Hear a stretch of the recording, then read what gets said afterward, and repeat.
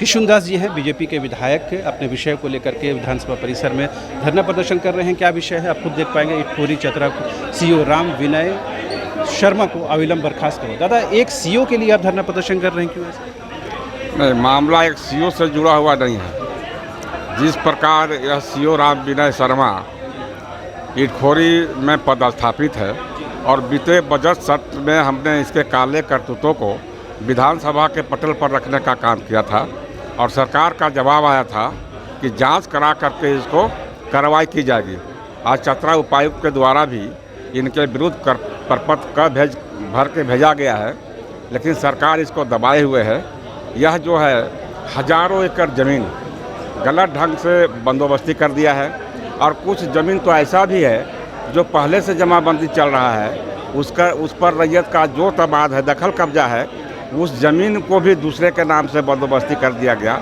आज वहाँ खून खराबा की स्थिति है, लोग आपस में मर रहे हैं और सरकार के द्वारा जब जांच कराया गया तो उसमें सही पाया गया, तो ऐसे भ्रष्ट पदाधिकारी को बर्खास्त क्यों नहीं किया जाता है। अगर आप कह रहे हैं उपायुक्त ने भी जांच की है और उसमें भी ये बात सामने आई है, तो कहाँ पेच फंसी हुई है, ट्रांसफ़र क्यों नहीं हुआ? ये तो सरकार के यहाँ चिट्ठी आई है उपायुक्त चतरा के द्वारा, परंतु सरकार के द्वारा अभी तक उस पर कार्रवाई नहीं करना यह दुर्भाग्य है।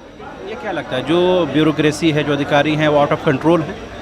देखिए, अभी क्या है, भूमाफिया पूरे प्रदेश में हावी हैं और पदाधिकारी भी भूमाफिया के संरक्षण में इस तरह का गलत कार्य कर रहे हैं। इससे पूरे झारखंड में अराजक स्थिति उत्पन्न हो गई और ख़ास करके जिस प्रखंड का हम बात कर रहे हैं, इटखोरी का, माँ भद्रकाली का वह स्थल है और वहाँ भी देखेंगे बहुत भारी पैमाने पर ज़मीन का घोटाला ये सीओ के द्वारा किया गया है। ये विनय जी कब से पोस्टेड है वहाँ, कितने साल? अब 3 साल से ऊपर हो गया है और सरकार जांच भी कराई है। हम सरकार से आपके माध्यम से भी मांग करना चाहते हैं कि अविलंब इनको बर्खास्त किया जाए।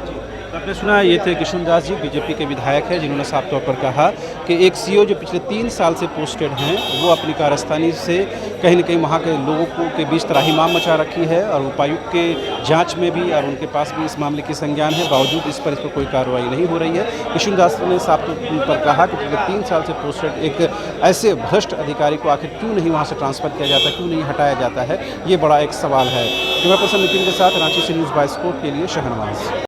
Complete solution institute for bright future IIT JEE NEET की तैयारी के लिए फाउंडेशन प्रोग्राम, क्लास 8 से 12 तक की तैयारी, NTSC, Olympiads, KVPY and board exams. Tension नहीं लो, CSI आओ। Complete solution institute near DPS school behind carnival banquet hall, डिपडी बाईपास रोड, रांची।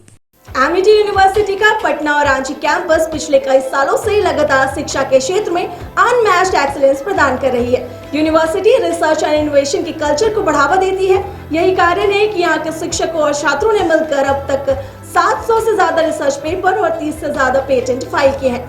यही नहीं, यहाँ के फैकल्टीज और स्टूडेंट ने 50 से अधिक किताबें पब्लिश की हैं। यूनिवर्सिटी के दोनों ही कैंपस में स्टूडेंट को कॉर्पोरेट प्लेसमेंट प्रोसेस को क्रैक करने के लिए ट्रेनिंग दी जाती है और इसलिए एमिटी यूनिवर्सिटी अपनी स्थापना से ही देश विदेश के कई जानी मानी मल्टीनेशनल कंपनीज जैसे Amazon, Accenture, JP Morgan, JPT, TCS, Wipro, ITC, federal bank, Hindustan Unilever जैसे 180 रेप्यूटेड कंपनीज के लिए रिक्रूटमेंट की प्रेफर्ड चॉइस बन गई है।